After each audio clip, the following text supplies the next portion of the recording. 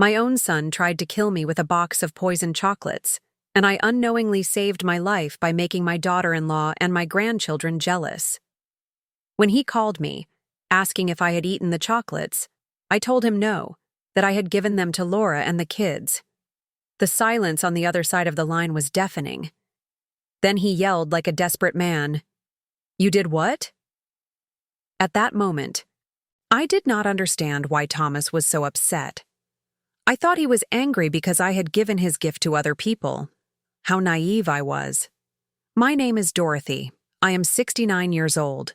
For 40 years, I sacrificed everything for my son, Thomas. Everything. My youth, my dreams, my savings. I adopted him when he was just 2 years old after his biological parents died in an accident. I gave him my last name, my unconditional love, my entire life. But that day, the day of my 69th birthday, everything changed. That box of Artisol chocolates that arrived at my door looked like a beautiful gift from a grateful son. The chocolates were exquisite, expensive. They came in an elegant box with a card that read, "To the best mother in the world, with love, Thomas." I was so touched. It had been months since I had received any affectionate gesture from him. Since he married Laura, everything changed. She arrived like a storm in our lives, filling my son's head with poison against me. "Your mother is too nosy," she would say. "You are too old for her to be taking care of you," she would whisper in his ear. And Thomas, my Thomas, the boy I raised with so much love, began to change. Little by little, he drifted away. Visits became scarcer, calls colder, hugs more distant. But I kept hoping. I kept believing that my son would go back to being the person he was before. That morning, when the chocolates arrived, I thought it had finally happened, that my son had remembered how much he loved me, that Laura had not managed to completely destroy the bond we had built for so many years. The chocolates looked delicious. They were from an exclusive brand, the kind that cost a fortune. Each piece was a work of art, decorated with golden details and perfect shapes. But me?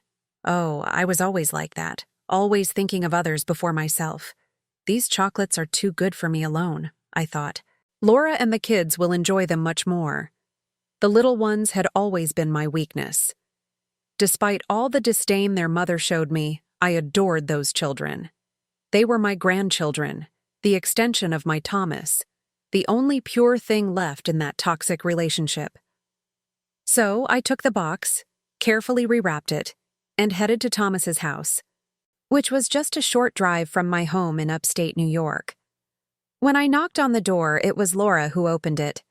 As always, she greeted me with that fake smile that I hated so much. That smile that did not reach her eyes, that screamed contempt even though her lips tried to feign courtesy. "Hello, Dorothy," she said with that condescending tone she used with me. "What brings you by?" I handed her the box of chocolates and explained that they were from Thomas for me, but that I wanted to share them with her and the children. For a moment I saw something strange in her eyes, like surprise, but not the good kind. It was more like fear, confusion. But she quickly composed her expression and took the box. "What a nice gesture from Thomas," she murmured. "The kids will be thrilled." She did not invite me in. She never did. She always found an excuse to keep me at the door, as if I were a traveling salesperson and not the grandmother of her children. That time she said the children were sleeping, that it had been a long day, that perhaps another day would be better. I went home with a slightly sad heart, but also with a certain satisfaction. I had done something good. I had shared the joy of my son's gift with his family. That night, I went to bed thinking that maybe, just maybe, that gesture would help smooth things over between Laura and me. The next day, the phone rang early.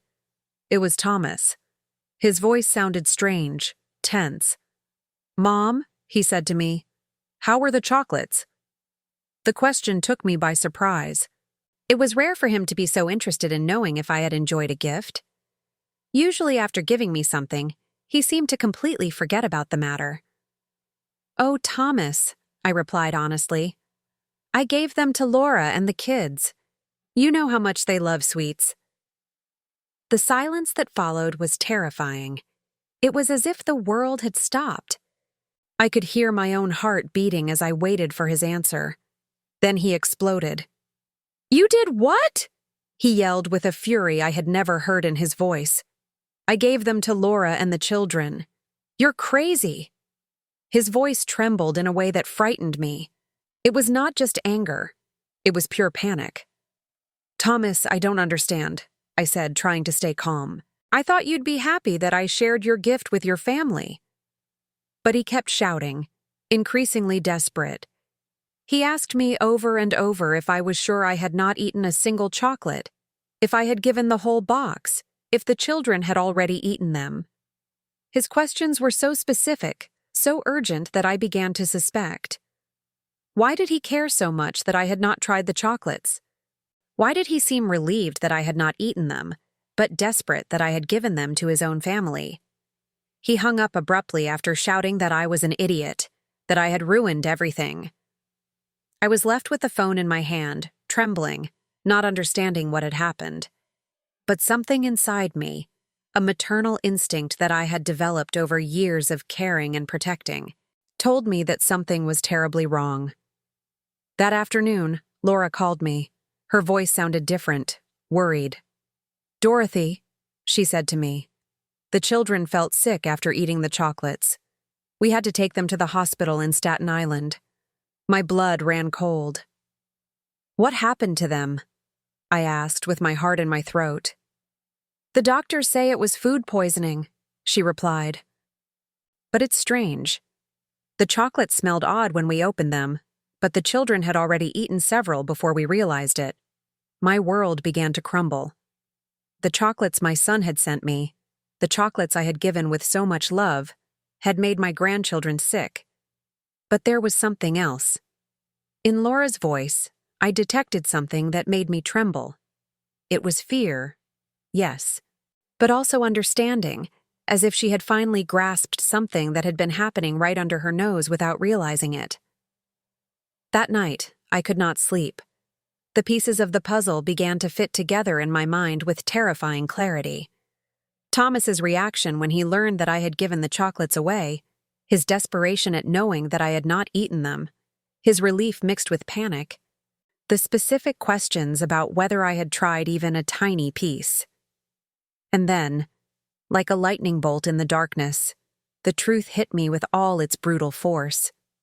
My son, my own son, whom I had raised and loved unconditionally, had tried to poison me. The following days were a nightmare. The children recovered, thank goodness, but the poison had left its mark. Laura confessed to me that the doctors had found traces of arsenic in their little bodies. Arsenic, a word I had only heard in crime movies. Now it was part of my most horrible reality. My daughter-in-law, for the first time in years, spoke to me without that mask of contempt. Her voice trembled when she told me, "Dorothy, I think those chocolates were not meant to be shared. I think they were specifically for you." Her words confirmed what my heart already knew, but my mind refused to accept. Thomas had disappeared. He did not answer the phone. He did not reply to messages. When Laura went to look for him at his job at the Manhattan accounting firm, they told her he had requested emergency time off. He had run away like the coward he was, leaving his wife and children to suffer the consequences of his devilish plan. But I knew my son. I knew where to find him. I knew that when he felt cornered, he always ran to the same place, the house of his Aunt Natalie, my younger sister. She had always had a weakness for Thomas, always justifying his mistakes, protecting him from the consequences of his actions. I drove to Natalie's house with my hands trembling on the steering wheel. 40 years of unconditional love, 40 years of sacrifices, 40 years of giving everything I had. And this was what I received in return. A son who wanted to see me dead. When I knocked on the door, Natalie opened it with a look of guilt. "Dorothy," she murmured, "I didn't know you were coming." But I had already seen Thomas's car parked on the corner. "I know he's here," I said in a voice I did not recognize as my own. Thomas appeared behind her like a ghost. His face was drawn, his eyes sunken, but what struck me the most was the expression on his face. There was no remorse. There was no guilt. There was only resentment, as if I were the culprit of this whole disaster. Why? I was the only thing I could ask him. Why did you want to kill me? My voice broke on that last word. Kill me. My own son had wanted to kill me. His answer broke my soul into 1,000 pieces. Because you're a burden, he said, with a coldness that chilled my blood. Because you've always been a burden. Because I need your inheritance and you never die. My inheritance. Of course, it all came down to money. The money I had saved for decades working day and night. The money I had saved living like a porpa to secure a future for him. The money I planned to leave him when I died naturally of old age, surrounded by the love of my family. But I didn't know you had so much money, he continued with that poisonous voice, until I saw the bank documents when you got sick last year. $200,000, Mom. $200,000 that I need now, not when you're 90 years old. $200,000 that I had earned with blood, sweat, and tears. $200,000 that represented 40 years of work, deprivations, of sleepless nights working double shifts to give him the best education, the best clothes, the best opportunities. Besides, he added as if it were the most natural thing in the world, you're old. What else are you going to do with your life? Why do you need so much money at your age? His words were daggers in my heart. Every syllable was a deeper betrayal than the last. Natalie tried to intervene. Thomas, don't talk like that, she murmured. But he silenced her with a look. Aunt, you know I'm right. She's already lived her life. I have a family to support, children to educate, a future ahead of me. A future built on my corpse, I replied with a bitterness I did not know I had inside. A future bought with my death. He looked at me with contempt, as if I were the crazy one, as if I were the villain in this twisted story. Don't be dramatic, he told me. It was going to be quick. The chocolates had enough arsenic to look like a natural heart attack. No one would have suspected anything. You would have died peacefully sleeping, and I would have inherited what was going to be mine anyway. His words revealed the depth of his betrayal. It had not been an impulse, a moment of madness. It had been a calculated, meticulous, cold plan. He had researched the poison. He had bought the most expensive chocolates to disguise the taste. He had calculated the exact dose. My death had been planned with the same dedication that I had put into planning his birthdays for so many years. And what happened? I asked him. Why didn't your perfect plan work? His face twisted into a grimace of frustration. Because you're too stupid to eat chocolates your own son gives you. He spat at me. Because you always have to be the martyr. You always have to give everything. You always have to be the selfless, saintly mother. The irony was suffocating. The very flaw he criticized in me, my tendency to give rather than receive, had been what saved my life. My instinct to share the gift with his children had destroyed his homicidal plan. But the worst part, he continued with rising anger, is that now Laura knows everything. The children were about to die because of you. Because of your damn compulsion to share what does not belong to you. He blamed me. After trying to murder me, he blamed me for the poisoning of his own children. Laura had appeared in the doorway during our conversation. Her face was pale, her eyes full of tears. She had heard everything. The final confirmation that her husband had not only tried to kill his mother-in-law, but had been willing to sacrifice his own children in the process. Thomas, she said with a broken voice, how could you? How could you put our children in danger? He turned to her with the same coldness he had shown me. Because nothing was going to happen, he replied. Because the poison was for her, not for you. But you knew I always share everything with the children, Laura yelled. You knew there was a chance they would eat those chocolates." Thomas shrugged as if he were talking about the weather. "It was a calculated risk," he muttered. "A calculated risk." The children I had helped raise, the children who filled my afternoons with joy when everything else had turned gray, had been a calculated risk for him in his plan to murder me. At that moment, I understood that the son I had raised, the boy I had adopted and loved as if he had come from my own body, had died a long time ago. The man in front of me was a stranger, a dangerous stranger who had been able to look me in the eye for years while planning my death. "It's over," I told him with a calm that surprised me. "Everything is over between us." He laughed, a bitter, cruel laugh. "What are you going to do, Mom? Call the police? Report your own son? You know you'll never do that. You're too weak. Too weak." For 40 years, I had been too weak to tell him no, too weak to set limits, too weak to see that my unconditional love had turned him into a monster. But that day in that house, in front of the evidence of his absolute betrayal, something changed inside me. "You're right," I told him. "I've been too weak for too long, but that ends today."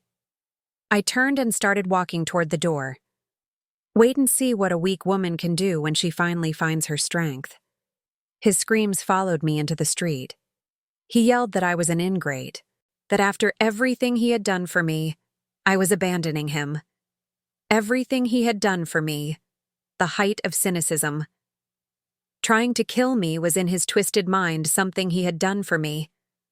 That night in the solitude of my home, I cried as I had not cried in decades. I cried for the son I had lost, for the wasted years, for the betrayed love. But above all, I cried for the woman I had been, naive, permissive, blind to the evil that was growing before my eyes. When the tears stopped, I made a decision. Thomas was right about one thing. I was too weak. But that weak woman was dying that night. Tomorrow a new Dorothy would be born. A Dorothy who had learned that love without limits is not a virtue. It is complicity. A Dorothy who had discovered that sometimes to protect yourself, you have to become what your enemies least expect. My phone rang. It was Stanley, my lawyer, an old family friend. "Dorothy," he told me. "Laura called me. She told me everything. Are you all right?" For the first time in days, I smiled. "I'm perfect, Stanley. And I have work for you." The transformation was not immediate, but it was total. Over the next few weeks, while Thomas believed he had emotionally destroyed me, I was building the foundations of my revenge. The first step was to move. I could not continue living in that house where I had raised a viper, where every corner reminded me of my naivety. Stanley helped me find an apartment in the most exclusive area of the city, Upper East Side, a penthouse with a panoramic view, which cost more in 1 month than Thomas earned in 3. When I signed the lease, I saw the surprise in the eyes of the real estate agent. A 69-year-old woman, modestly dressed, paying cash for a luxury apartment. "It's for my retirement," I told her with a smile. I decided it was time to give myself some treats. Retirement? What a liberating word. I was retiring from being a mother. I was retiring from being the victim. I was retiring from being the woman who gave everything and asked for nothing in return. The apartment was spectacular. Marble floors, floor-to-ceiling windows, a kitchen that looked like it was out of a magazine. But what I liked most was the study, a quiet space where I could plan, where I could think, where I could become the strategist Thomas had never imagined I could be. Stanley was my first ally in this new life. For years, he had handled my basic legal affairs, wills, insurance, minor procedures. But now I needed something more. I needed a legal warrior who would help me systematically dismantle the life of the man who had tried to murder me. "Dorothy," he told me in our first serious meeting, "this is going to be brutal. Thomas is not going to give up easily. He's going to fight. He's going to lie. He's going to try to manipulate the situation in his favor. I leaned back in his office's leather chair and looked him in the eye. Stanley, he underestimated me for 40 years. Now it's my turn to surprise him. The first thing we did was secure my money. Thomas knew about the main account, but he did not know about the other three. He did not know about the certificates of deposit that I had been religiously renewing every year. He did not know about the stocks I had bought with the extra money from my weekend jobs. He did not know that his stupid mother had built a modest but solid financial empire. In total, Stanley told me after reviewing all the documents, we are talking about almost $400 solar, not $200 son dollars as he believes. $400 son dollars. 40 years of sacrifice turned into economic power. 40 years of living like a poor woman to die like a queen. But money was only a tool. The real weapon was information. Stanley hired a private investigator, a former police officer named Robert, who specialized in family cases. What we discovered in the following weeks left me speechless. Thomas had not only planned my death for the inheritance, he had debts that I was unaware of. Gambling debts, debts with loan sharks, debts that had turned my death into an urgent necessity for him. My son was not just a frustrated murderer. He was a bankrupt gambler who had bet his family's future at my expense. "Here is the evidence," Robert said, handing me a folder full of photographs, documents, bank records. "Your son owes more than $50 or $1,000 to very dangerous people, people who do not accept excuses." The photographs showed him in Atlantic City casinos, in clandestine betting houses in Queens, in nighttime meetings with threatening-looking men. He had mortgaged the house where he lived with Laura without telling her anything. He had pawned his wife's car. He had emptied the children's savings accounts to pay interest. My son was not only a murderer, he was a thief who had stolen his own family's future. "Laura doesn't know anything about this," Robert continued. "He has been lying to her for months. He tells her he has problems at work, that payments are late, that they need to economize. But the truth is that he is using the house money to gamble. The information was devastating, but it was also perfect. Thomas had built his own prison with his lies and addictions. I just had to push the bars so that everything would collapse. Meanwhile, he thought he had defeated me. 3 weeks had passed since our confrontation at Natalie's house, and I had given no sign of life. I had not called him. I had not shown up at his house. I had not made any drama. In his narcissistic mind, this confirmed his theory. I was too weak to face him. But I was working. Every day from my new apartment, I coordinated the next moves with Stanley. Every night, I reviewed Robert's reports, learning more about the monster my son had become. Every dawn, I planned the next step of my meticulous revenge. The first phase was psychological. I needed Thomas to feel like he was in control, that he had won. I needed him to become complacent, to lower his guard. That's why I had not given any sign of life. That's why I had let him believe that I was hiding in some corner crying and feeling defeated. Stanley had explained the legal process to me. We have evidence of the attempted poisoning. He told me the children's medical analysis, Laura's testimony, the recordings you made of his confessions. Yes, I had recorded our entire conversation at Natalie's house, a small device Robert had given me hidden in my purse. But Stanley continued. A criminal process is going to be long and complicated. There will be media coverage. There will be public scandal. Are you prepared for that? I was more than prepared. After 40 years in the shadows, I was ready to come out into the light and show the world who Thomas really was. Besides, he added with a smile, we have evidence of fraud, embezzlement, and financial manipulation. We can destroy him economically before the criminal process even begins. Economically, the word sounded delicious. Thomas had tried to kill me for money. Now he was going to lose all his money for trying to kill me. During those weeks of silence, I also worked on myself. I hired Yolanda, a personal stylist who completely transformed my image. Goodbye to old conservative clothes. Goodbye to gray, unkempt hair. Goodbye to the hunched posture of the defeated woman. When Yolanda finished with me, I did not recognize myself in the mirror. My hair was dyed an elegant brown, cut in a modern style that took 10 years off me. My clothes were sophisticated but not ostentatious. Quality suits, designer shoes, discreet but expensive accessories. "Dorothy," Yolanda told me, admiring her work. "You look like a woman of power. A woman of power. I like the sound of that. For 40 years I had been a woman of service, a woman of sacrifice, a woman of shadows. Now it was time to be a woman of power. The last element of my transformation was the most important, my attitude.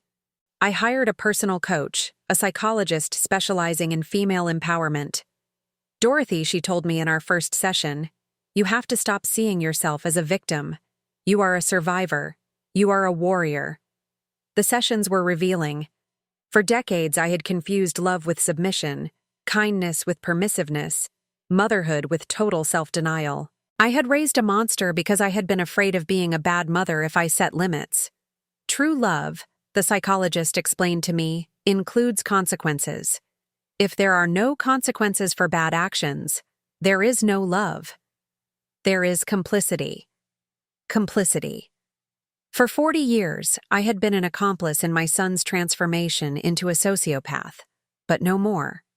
The new Dorothy was not an accomplice to anyone. The new Dorothy was a force of nature that was about to unleash upon Thomas's world like a devastating hurricane. One night, exactly 1 month after our confrontation, I decided it was time to make my first public appearance.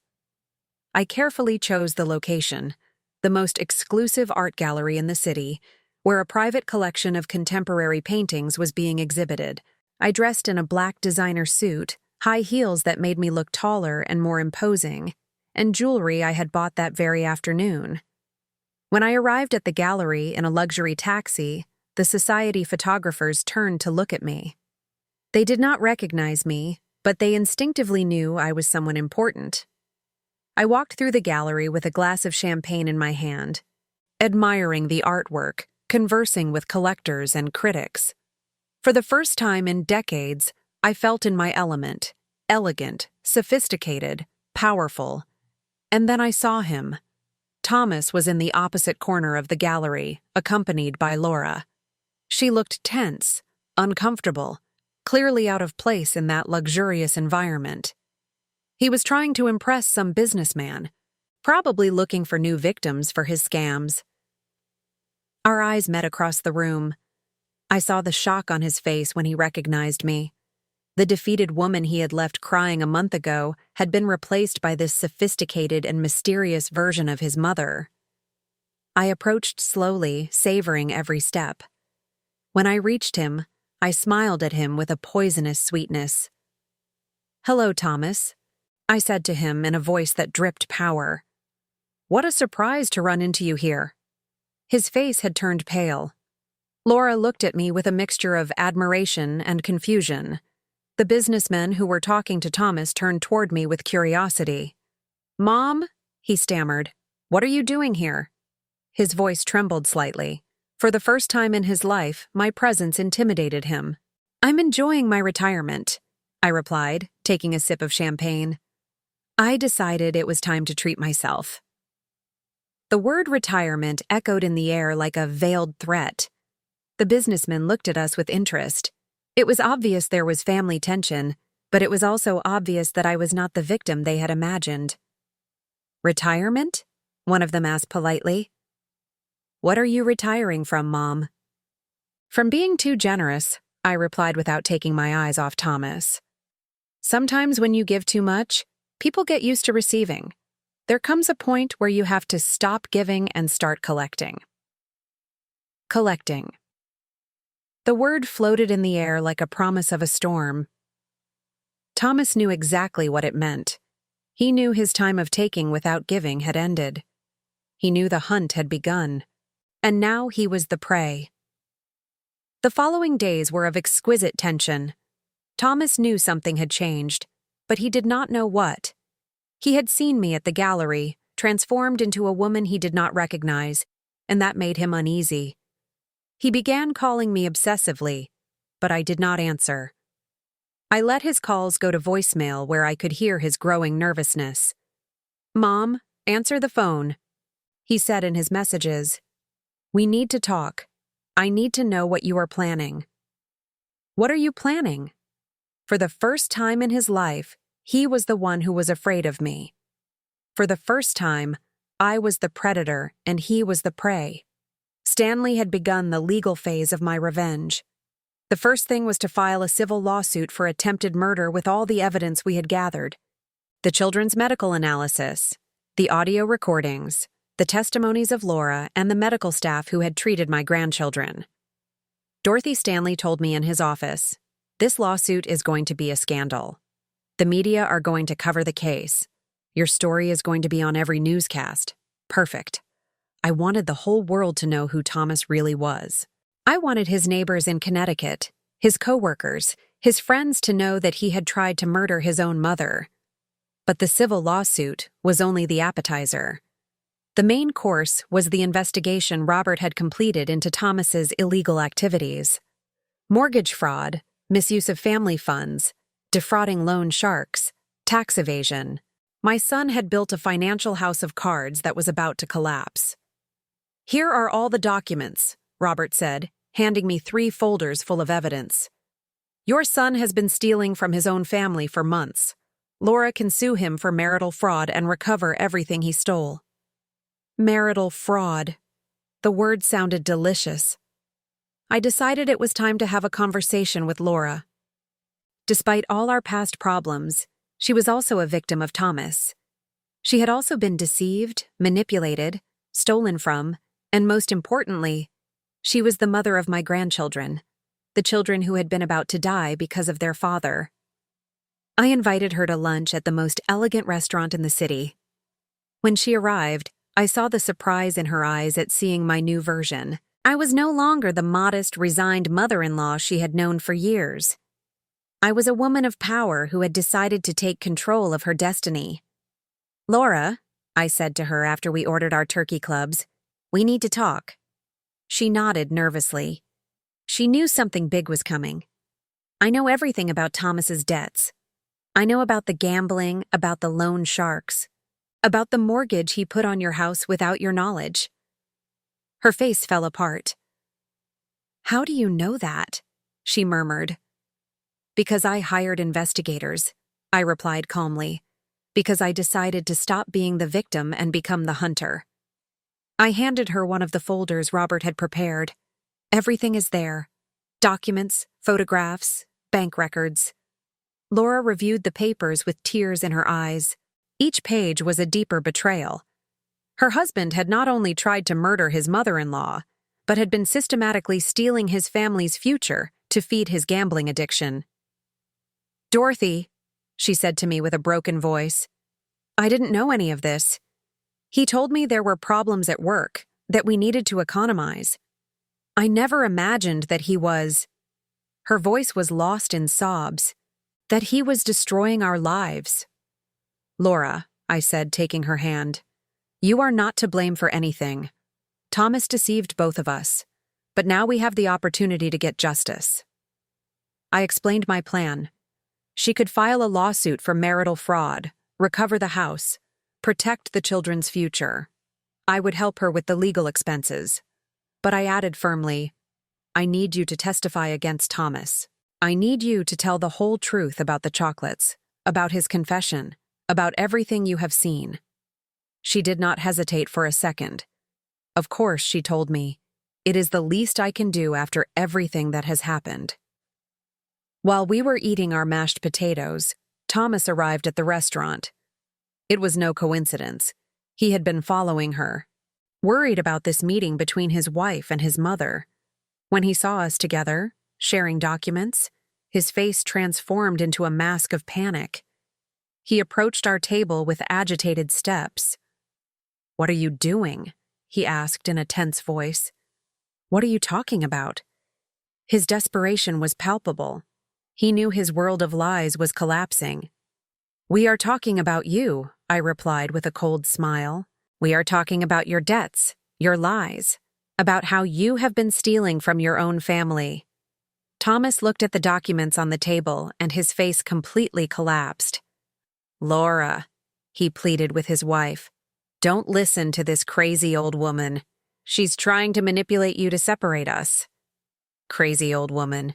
Even in that moment of total panic, he could not stop insulting me. He was incapable of showing respect or remorse. "Thomas," Laura told him in a voice I had not heard before, a voice full of strength and determination. "I know everything now. I know about the gambling, about the debts, about the mortgage. I know you have been lying for months." He tried to deny it, but she interrupted him. "And I know you tried to kill your mother." She shouted the last words, attracting the attention of the entire restaurant.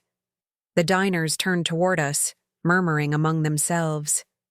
Thomas realized he was being watched and lowered his voice, but his desperation was increasingly evident. "Laura, please," he whispered to her. "We can fix this. We can work it out together. You don't need to listen to this woman. She has always tried to separate us, always manipulating, always blaming others, never taking responsibility for her actions." "No," Laura replied firmly.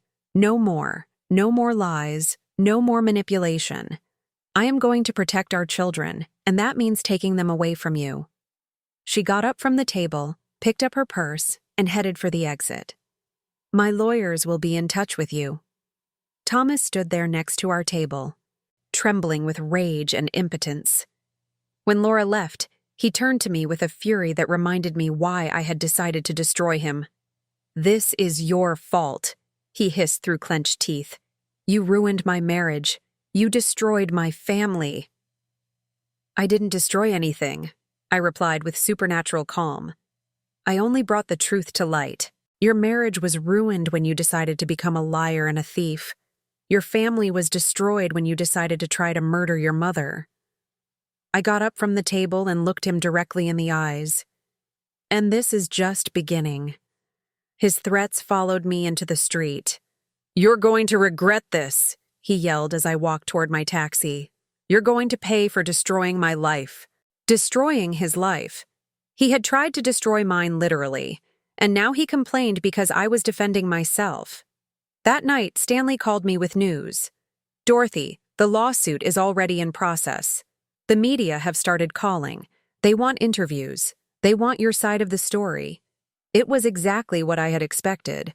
"Schedule the interviews," I told him. "It's time for the world to know the truth." The first interview was with the most watched news program in the city, Channel 5 News. I arrived at the studio impeccably dressed with the confidence of a woman who had found her power. The journalist received me with curiosity and compassion. "Miss Dorothy," she said to me in front of the cameras, "tell us your story. How did you discover that your son had tried to poison you?" I told her everything. The chocolates, Thomas's reaction, the children's poisoning, his cold and calculated confession. I spoke calmly without dramatizing, letting the facts speak for themselves. "How does a mother feel when she discovers that her son wants to kill her?" the journalist asked me. "She feels free," I replied.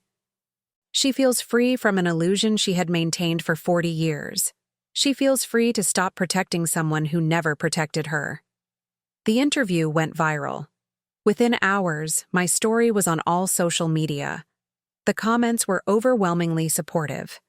Hundreds of women wrote to me telling me their own stories of ungrateful children, toxic families, unrequited love. But the most satisfying part was the comments about Thomas. His co-workers began to recognize him as the son who had tried to murder his mother. His neighbors began to look at him with contempt.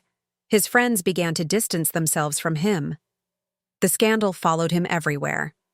When he went to the supermarket, people pointed and whispered. When he arrived at work, his colleagues avoided him. When he left his house, he felt the judgmental looks of the entire neighborhood. But I knew this was only the beginning. Public humiliation was satisfying, but true justice was yet to come. The legal processes, the loss of his assets, the complete destruction of the life he had built on lies and betrayals. Thomas had underestimated the woman he had raised for 40 years. He had thought he could get rid of me like throwing away a piece of paper. Now he was discovering that he had awakened a monster much more powerful and ruthless than himself. The hunt had officially begun, and I was a predator who had waited 40 years to show her claws. The legal process advanced like an unstoppable avalanche. Stanley had filed all the lawsuits simultaneously. Attempted murder, family fraud, aggravated fraud, and a civil lawsuit for emotional damages amounting to $500,000. Thomas woke up one Monday and discovered that his life had exploded into 1,000 pieces. His bank account was immediately frozen. The few savings he had left after his compulsive gambling were blocked, while the origin of the funds was investigated. His salary was garnished to ensure payment of the civil lawsuits. Overnight, he was left penniless. "Dorothy," Stanley reported to me with satisfaction, "your son is broke. He cannot afford a decent lawyer. He's going to have to settle for a public defender. A public defender against the best law firm in the city." The battle was unequal from the start. But the most delicious thing was seeing how his social world crumbled. The video of my television interview had generated such a scandal that the media began to investigate Thomas's life more deeply. Soon, his gambling debts, his scams against co-workers, and his systematic lies came to light. His boss called him to an urgent meeting. "Thomas," he said, "the company cannot afford to have its name associated with this scandal. You are terminated, effective immediately. 20 years working at the same company, eliminated by a scandal he himself had created." The loan sharks, who had been pressuring him for his gambling debts, saw the news and decided to accelerate their collections. They knew that if they did not act fast, they would not recover a single dollar. They began showing up at his house, calling him at all hours, openly threatening him. One night, while I was enjoying a glass of wine in my luxury apartment, I received a call from Laura. She was crying. "Dorothy," she told me between sobs. "Men came to the house, armed men. They said that if Thomas doesn't pay them tomorrow, they are going to take the house and everything in it." "Where is Thomas?" I asked her. "He disappeared," she replied. When he saw those men, he ran out the back door. He left me alone with the children to face those criminals cowardly until the end. When things got tough, he abandoned his family to save his own skin. "Laura," I told her firmly, "take the children and go to your mother's house tonight. Tomorrow morning, we are going to fix this." The time had come to show my next hand. The next morning, I arrived at Thomas's house, accompanied by Stanley and 2 bodyguards I had hired. The loan sharks were there inspecting the property, calculating what they could take to cover the debt. When they saw me arrive, they approached with curiosity. "Ma'am," the leader of the group, a burly man with scars on his hands, said to me, "Are you related to Thomas?" "I am his mother," I replied with the same calm I would use to talk about the weather. "And I have a proposal." I pulled a signed check from my purse. "This is the exact amount my son owes you," I told them. $530,000. Take it and forget about him forever. The men looked at the check in surprise. They did not expect an elegant woman to show up with $500,000 in cash. "Why would you do this for him?" the leader asked me. "I am not doing it for him," I replied. "I am doing it for my daughter-in-law and my grandchildren. They are not to blame for living with a gambler." The man took the check, examined it carefully, and finally nodded. "Deal. Your son is debt-free with us."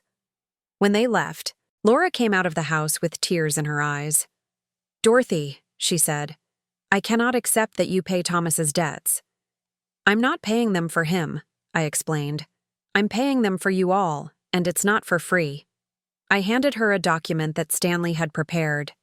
"It's a property transfer," I explained. "The house is now in your name. Thomas no longer has a legal right to it. And this," I handed her another paper, "is a loan agreement. You owe me $530,000, but you can pay it in small installments over the next 20 years. It was a perfect agreement. Laura was protected, the children had a safe home, and Thomas lost his last economic resource. When he finally showed up, he would discover that he no longer owned anything. That afternoon, Thomas finally deigned to call me. His voice sounded desperate, broken. "Mom," he pleaded, "I need your help. The loan sharks are going to kill me if I don't pay them. I need money. I need you to forgive me. I need Thomas." I interrupted him coldly. "I already paid your debts." I could hear his sigh of relief on the other side of the line. "Thank you, Mom.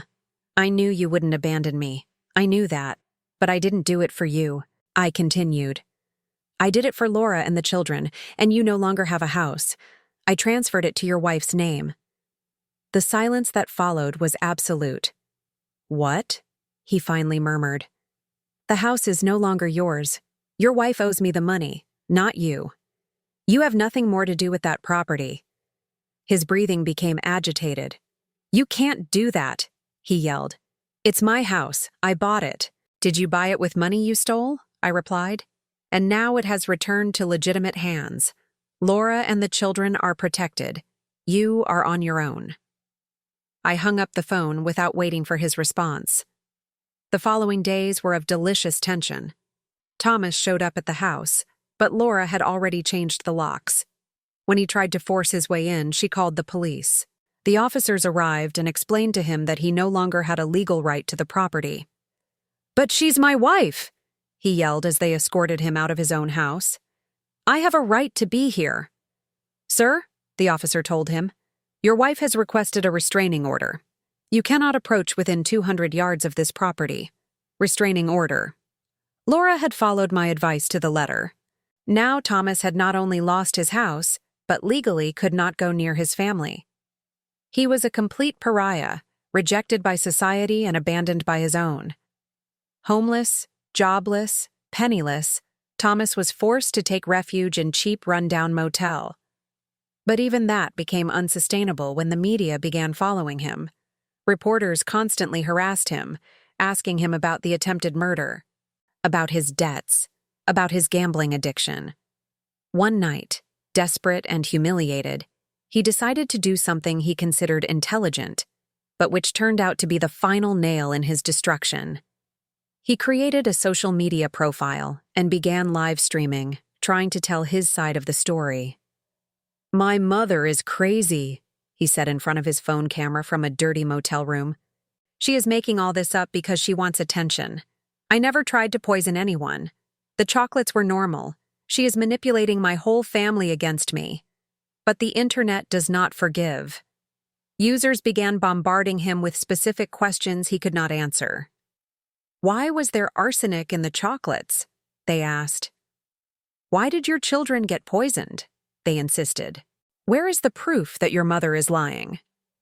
His broadcast went viral, but not in the way he expected. It went viral as an example of pathological narcissism, as the live confession of a man who could not accept responsibility for his actions. The comments were brutal, ruthless, merciless. "This guy really thinks we're stupid," someone wrote. "His own wife is reporting him, and he says it's all a lie," added another. "Typical psychopath, always blaming others," commented a third. But what really sealed his fate was when someone asked him directly, "If you are innocent, why don't you sue your mother for defamation?" Thomas was speechless. He could not sue me because he knew I had all the evidence. He could not deny the attempted poisoning because the evidence was irrefutable. His silence at that question was interpreted by everyone as an admission of guilt. The broadcast ended abruptly when he began receiving death threats live. He had tried to manipulate public opinion and had achieved exactly the opposite. The next day, clips of his broadcast were on every newscast. Behavioral analysts dissected him as a case study of malignant narcissism. Psychologists explained on television how his inability to accept responsibility was typical of antisocial personalities. Thomas had achieved something that I could not have achieved even with the best public relations team. He had destroyed his own reputation so completely and publicly that there was no turning back. He had become the national villain, the symbol of filial ingratitude taken to the extreme. But for me, the most satisfying thing was not his public humiliation.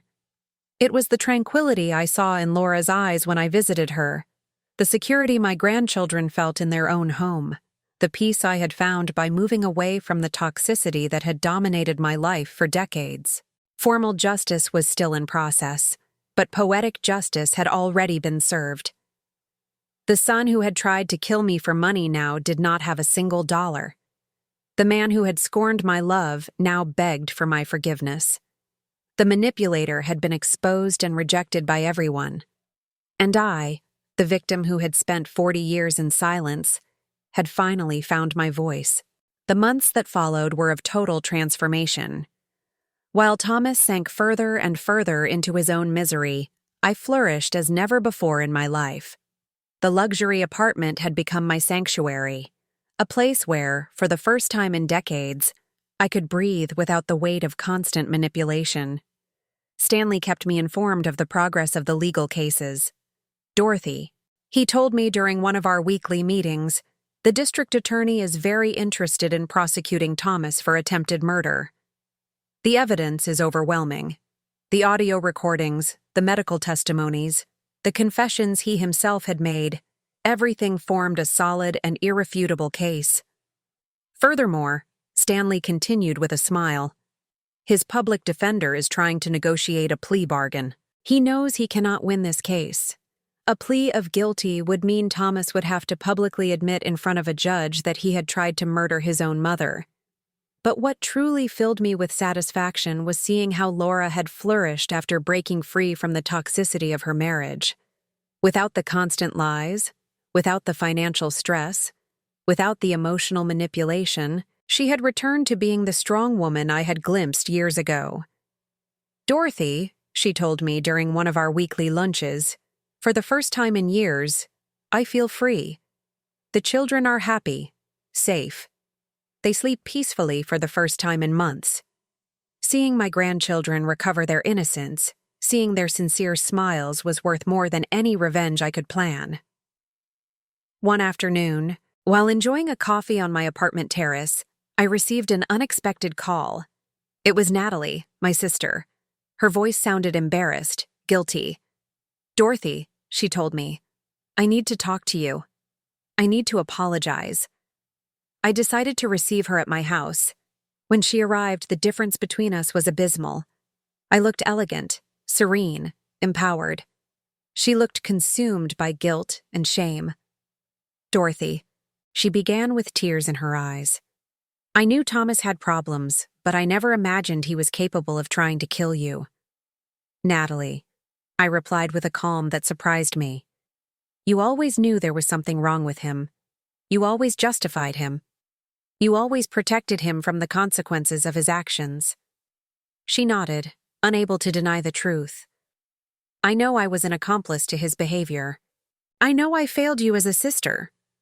What hurts me the most," she continued, "is that when he came to ask me for refuge after trying to poison you, I welcomed him into my house. I protected him knowing what he had done." Her tears were genuine. Her repentance seemed real. But the damage was already done. "Natalie," I told her without cruelty, but with firmness, "for 40 years, you chose to protect a monster instead of protecting your sister. I cannot simply forget that because you feel guilty now." She left my house crying, but I felt at peace. I had set clear limits. I had expressed my truth without aggression, but without concessions. The criminal trial began 6 months after the attempted poisoning. The media covered every detail, every testimony, every piece of evidence presented. I testified with a serenity that impressed even the most experienced reporters. "Ms. Dorothy," the prosecutor asked me, "how did you feel when you discovered that your son had planned your death?" "I felt liberated," I replied, looking directly at Thomas in the dock. "Liberated from 40 years of manipulation. from 40 years of giving unconditional love to someone incapable of reciprocating it. Thomas looked haggarded, aged, destroyed. His public defender had done what he could, but the evidence was irrefutable. The testimonies of Laura, of the doctors who treated the children, of the specialists who analyzed the chocolates, built a perfect case. When it came time for his testimony, Thomas attempted one last manipulation. "I loved my mother," he declared with false tears. "This is all a terrible misunderstanding. I never wanted to hurt anyone." But his own recordings betrayed him. When the prosecutor played the audio where he confessed his plan, his version completely crumbled. The jury deliberated for barely 2 hours. Guilty of attempted first-degree murder, guilty of endangering the lives of minors, guilty of aggravated fraud. The sentence was 12 years in prison with no possibility of parole before serving 8. When I heard the verdict, I did not feel triumph. I felt peace, justice, the legal confirmation of what I already knew, that I had been the victim of a calculated and premeditated attempted murder by my own son. Thomas looked at me from the dock as he was being handcuffed. His eyes no longer held the arrogance of before, only desperation and self-pity. "Mom!" he yelled as they took him away. "You're still my mother. You can't abandon me like this." But I remained motionless, serene, watching him move away toward his inevitable destiny. The civil cases were quickly resolved after the criminal conviction. The lawsuit for emotional damages resulted in a compensation of $300,000, which Thomas, of course, could not pay from prison. But the symbolism was important. The legal system had officially recognized the harm he had caused me. Laura obtained a divorce and full custody of the children. Thomas lost all his parental rights after being found guilty of endangering their lives. My grandchildren were finally legally protected from their father's toxic influence. One afternoon, while organizing my new legal documents, I found a letter I had written, but never sent years ago. It was a letter of thanks to Thomas for being the best son in the world. I read it and could not help but laugh bitterly, how blind I had been, how naive, how completely disconnected from reality. I decided to write a new letter, but this time for myself. "Dear Dorothy," I wrote, "for 40 years, you confused love with complicity. You confused kindness with permissiveness. You confused sacrifice with virtue. Today, I celebrate that you have finally learned the difference. On the day I turned 70, I hosted a small celebration in my apartment. I invited Laura and the children, Stanley and his wife, Yolanda, my stylist, Robert, the investigator. People who had helped me rebuild my life, who had supported me in my transformation. When I blew out the candles on my cake, I made a silent wish that no woman would have to wait until her 70s to find her strength, to set limits, to defend herself from those who abused her love. That night alone in my apartment, I reflected on the journey I had undertaken. From silent victim to empowered woman, from selfless mother to a person who valued herself, from a woman who gave everything without receiving anything to a woman who had learned that self-love is not selfishness, it is survival. Thomas had wanted to kill me to steal my money. But he had achieved something completely opposite. He had awakened a woman I did not know existed within me. A woman strong, intelligent, capable of fighting for what belonged to her. Formal justice had been served. But the real victory was personal. I had recovered my dignity, my autonomy, my right to live without fear or manipulation. 2 years after the sentencing, my life had found a balance I never thought possible. The emotional wounds had healed, not with forgetting, but with wisdom. I had learned that healing does not mean forgetting, but integrating the pain into a new, stronger version of yourself. My daily routine was a testament to my newfound freedom. I woke up without the weight of the anxiety I had carried for decades. I had scrambled eggs and bacon for breakfast while reading the financial news, because I had decided to learn to manage my investments personally.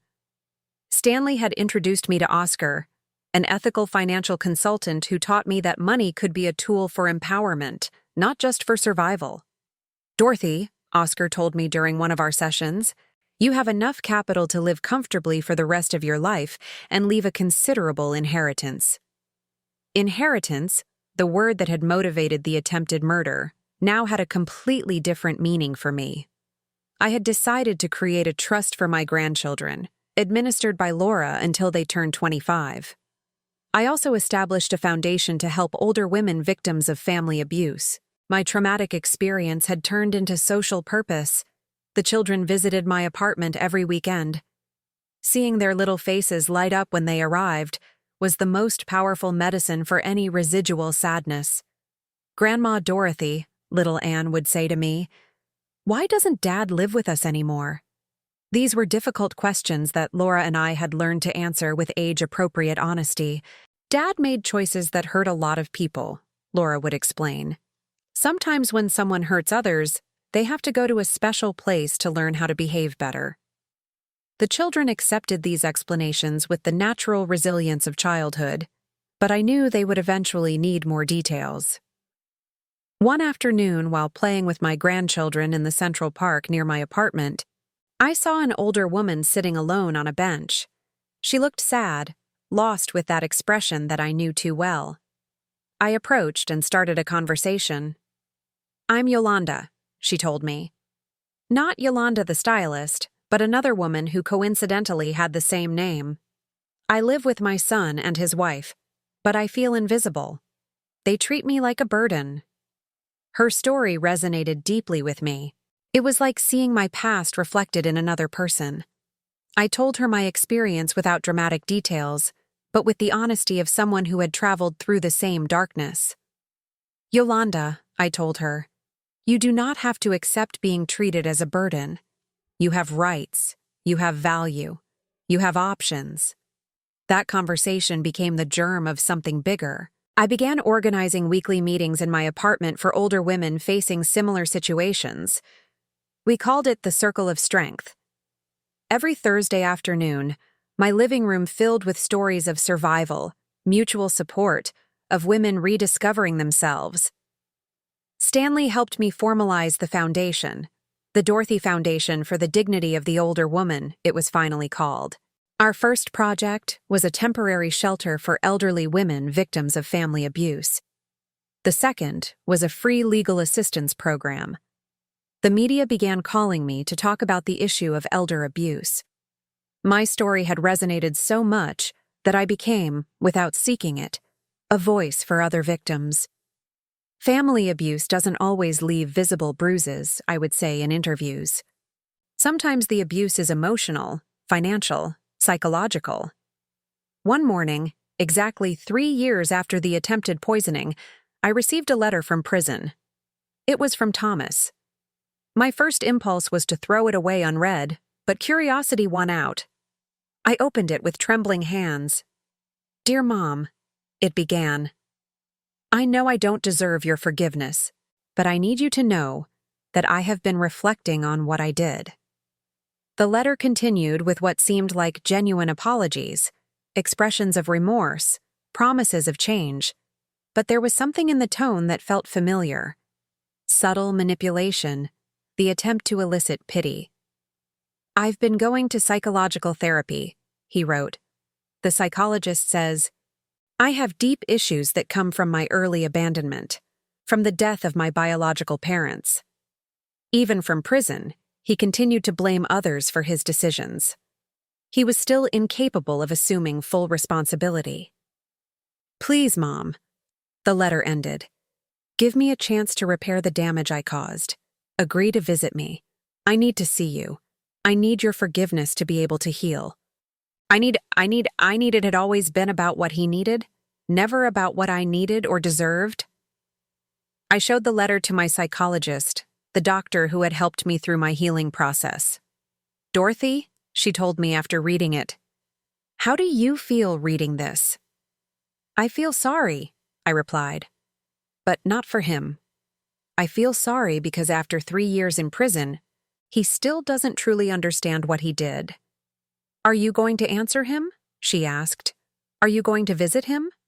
I reflected for days on that question. Part of me, the mother I had been for 40 years, felt the obligation to respond. But the new woman who had emerged from the ashes knew that my healing did not depend on forgiving the person who had tried to kill me. I finally decided to write a response, but not the one he expected. "Thomas," I wrote, "I received your letter.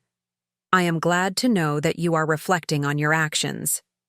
However, my healing process does not require seeing you or forgiving you. I have learned that forgiveness is for the benefit of the one who forgives, not the one who asks for it. I have built a fulfilling life without you." My letter continued. "I have found peace, purpose, and happiness. Your absence is not an emptiness in my life. It is a space filled with tranquility. I hope you find your own redemption, but my path to healing no longer includes trying to save you from the consequences of your decisions." I signed the letter simply as Dorothy, not as Mom. That title had been revoked the day he decided to become my potential killer.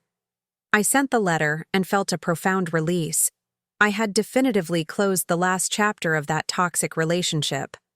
Laura had also rebuilt her life.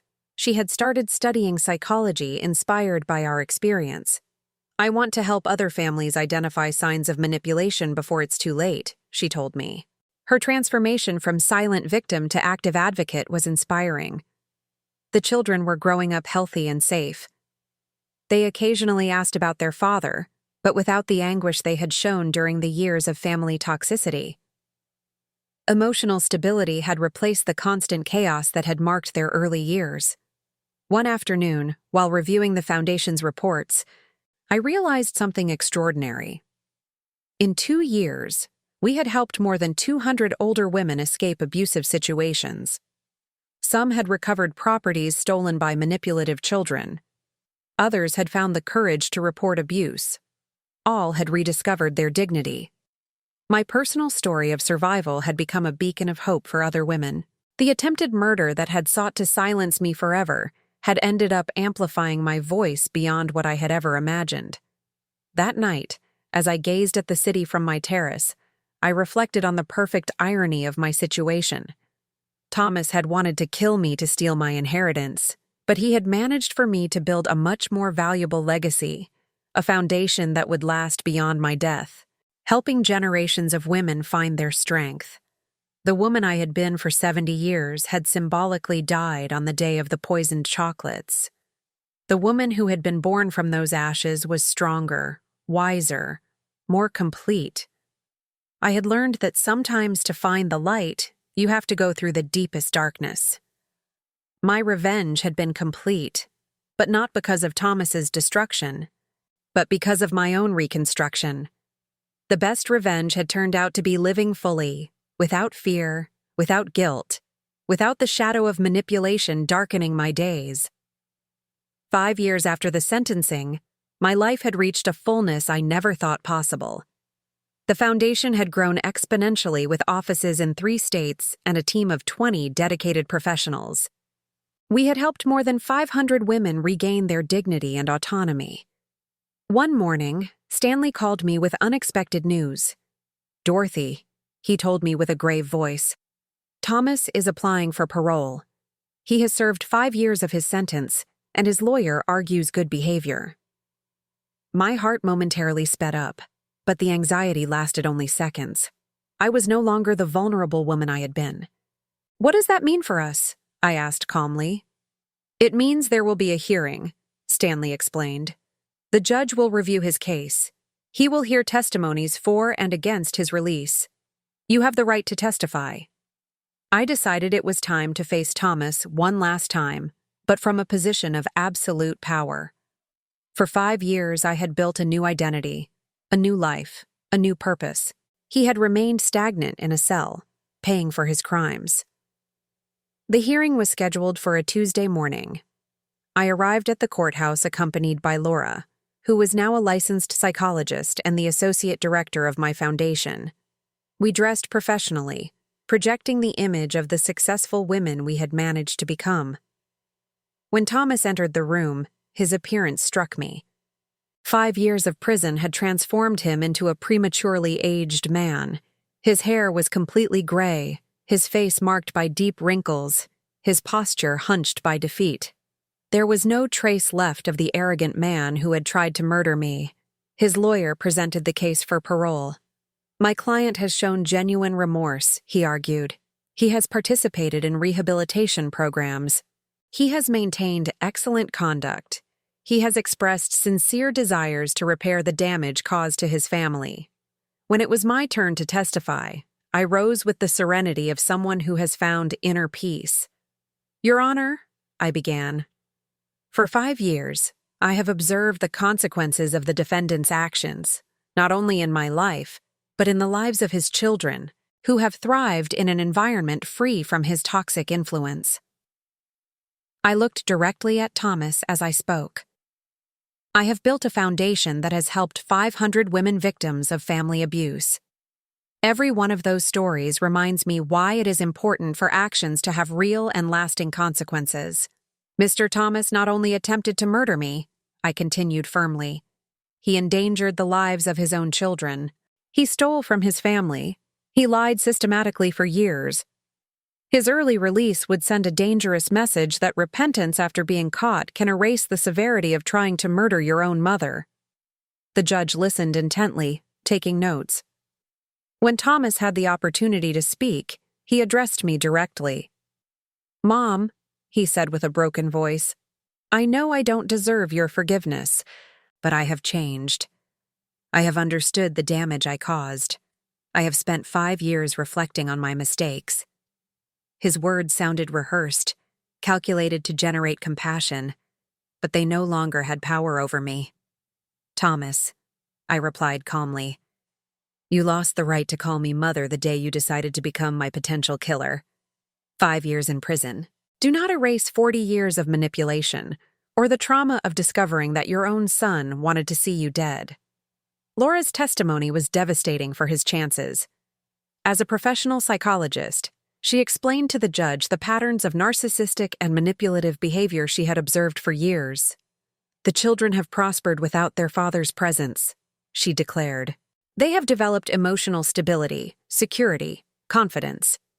His release would represent a setback in their psychological development. The prosecutor presented evidence that Thomas had attempted to contact loan sharks from prison, suggesting that his gambling addiction problems persisted. He had also received money from unidentified sources in his commissary account, suggesting continuous links to questionable activities. After 2 hours of deliberation, the judge announced his decision. Parole request denied, he declared. The defendant will serve his full sentence. The premeditated nature of his crimes, combined with the pattern of manipulative behavior and the lack of genuine remorse, make his early release inappropriate. Thomas slumped in his chair. His 5 years of good behavior and mandatory therapy had not been enough to convince the legal system that he had truly changed. He would have to serve 7 more years before being eligible for parole again. When we left the courthouse, I felt a deep but tranquil satisfaction. It was not vengeful triumph, but the confirmation that justice had prevailed. Thomas would pay fully for his crimes, while I continued to build a legacy of hope and empowerment. That afternoon, during the weekly meeting of our Circle of Strength, I shared the experience with the women of the group. Today, I faced my aggressor once more. I told them, but no longer from fear or vulnerability. I faced him from the power I have built during these years. Yolanda, the woman I had met in the park years ago, and who now coordinated one of our programs, raised her hand. Dorothy, she said, your story has taught us that it is never too late to reclaim our dignity. At 70, you found your strength. I found mine at 65. That night, alone in my apartment, I wrote in my diary, today I definitively closed the darkest chapter of my life. Thomas will remain in prison 7 more years, but I no longer live in the emotional prison he built for me. I am free. I am powerful. I am whole. Looking out the window at the illuminated city, I reflected on the path traveled, from silent victim to advocate for other victims, from invisible woman to recognized community leader, from selfless mother to a woman who had learned that self-love is not selfishness. It is survival. The transformation had been painful, but necessary. Like a butterfly that must destroy its cocoon to fly, I had to destroy the permissive version of myself to become the strong woman I always had the potential to be. Tomorrow, I would continue my work at the foundation.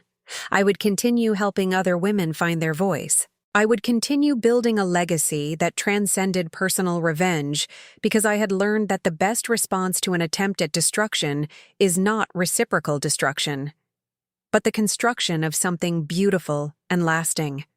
Thomas had wanted to eliminate me to steal my monetary inheritance. He had achieved exactly the opposite. He had awakened a much more valuable inheritance in the form of strength, wisdom, and purpose that I now shared with hundreds of women. Justice does not always come fast, but when it comes, it is complete and definitive. 10 years had passed since the day that changed my destiny forever. Now, at 79, I contemplated my life with a deep satisfaction I never thought possible. The Dorothy Foundation had grown to become a recognized national institution, with shelters in 8 cities and a legal assistance program that had helped more than 2 Diwa-Zera women. My grandchildren, now teenagers, visited every weekend. Anne was 16 and had decided to study law inspired by our family history. "Grandma," she told me during one of our conversations, "I want to be like you. I want to defend people who cannot defend themselves." Her younger brother, Charles, who was 14, showed an extraordinary emotional maturity for his age. Laura had become a nationally recognized psychologist, specializing in family trauma and elder abuse. We had written a book together titled It's Never Too Late, Finding Your Strength After 70, which had become a bestseller and been translated into several languages. One spring morning, while reviewing correspondence in my foundation office, I received a call that transported me to the past. It was the warden of the prison where Thomas was serving his sentence. "Miss Dorothy," he told me with a grave voice, "I have to inform you that your son passed away last night."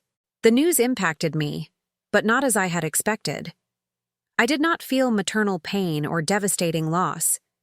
I felt a strange mixture of sadness for what could have been and relief for the definitive closing of that chapter.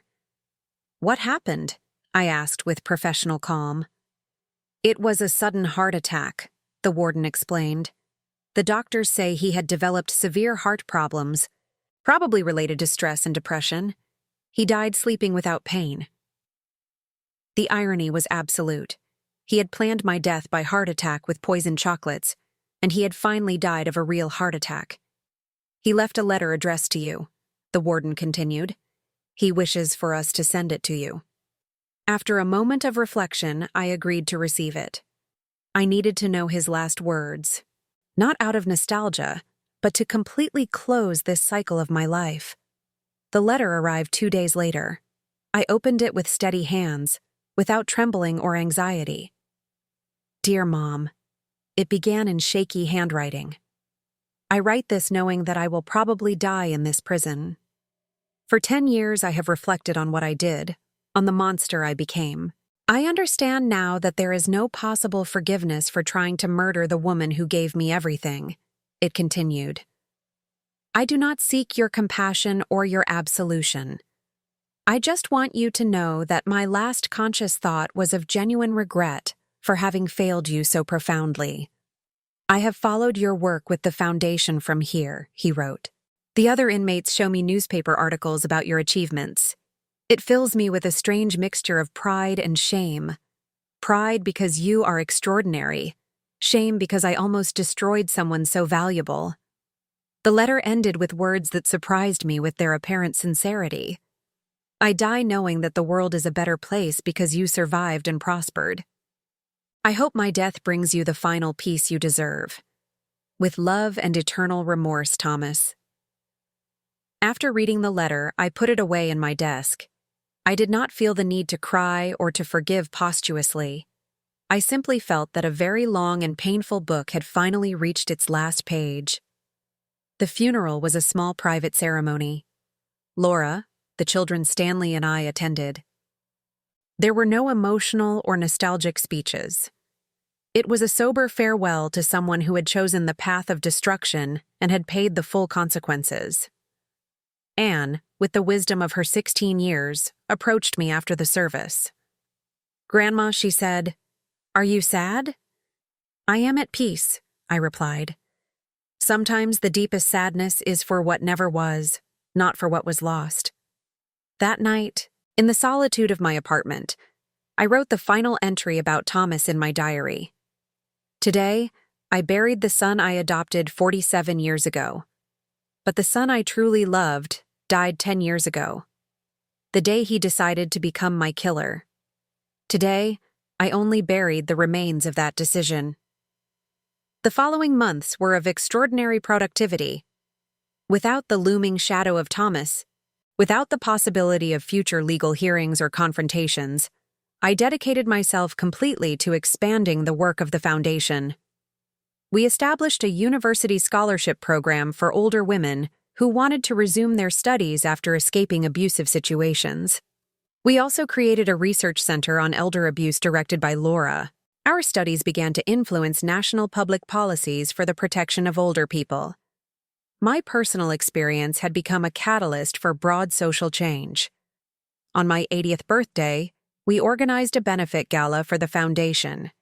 The event brought together politicians, businessmen, academics, and most importantly, hundreds of women whose lives had been transformed by our programs. During my speech that night, I reflected on the central lesson of my experience. I have learned that kindness without limits is not virtue. It is self-neglect.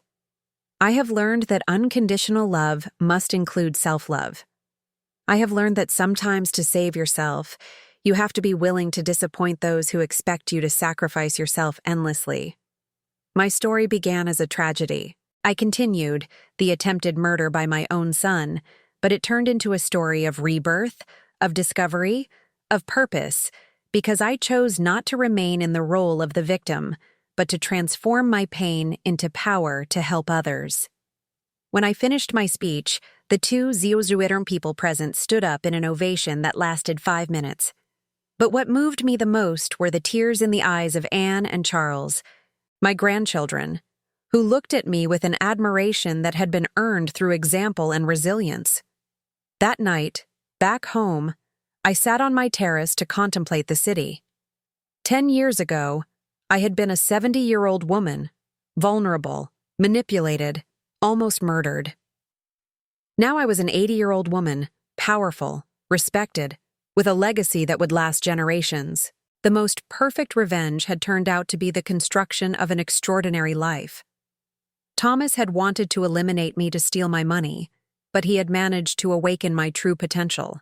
He had wanted to silence me forever, but he had amplified my voice until it became a chorus of empowered women. I wrote in my diary that night, "I do not regret adopting him. I only regret not having understood sooner that kindness should never be practiced at the cost of self-destruction." My son wanted to kill me, but instead of destroying me, he freed me to become who I was always meant to be. The story had ended, but the legacy was just beginning. Every woman who found her strength through our programs was a victory over the mentality that had created Thomas. Every limit set, every firm no uttered, every act of self-love was a silent revolution against the culture that teaches women to give everything without receiving anything. It had taken me 70 years to find my power, but I had used every day of the last 10 to ensure that other women would not have to wait so long. That was my true inheritance. Not money, but wisdom. Not property, but purpose. Not revenge, but victory through transformation. The circle had closed perfectly, and I was at peace.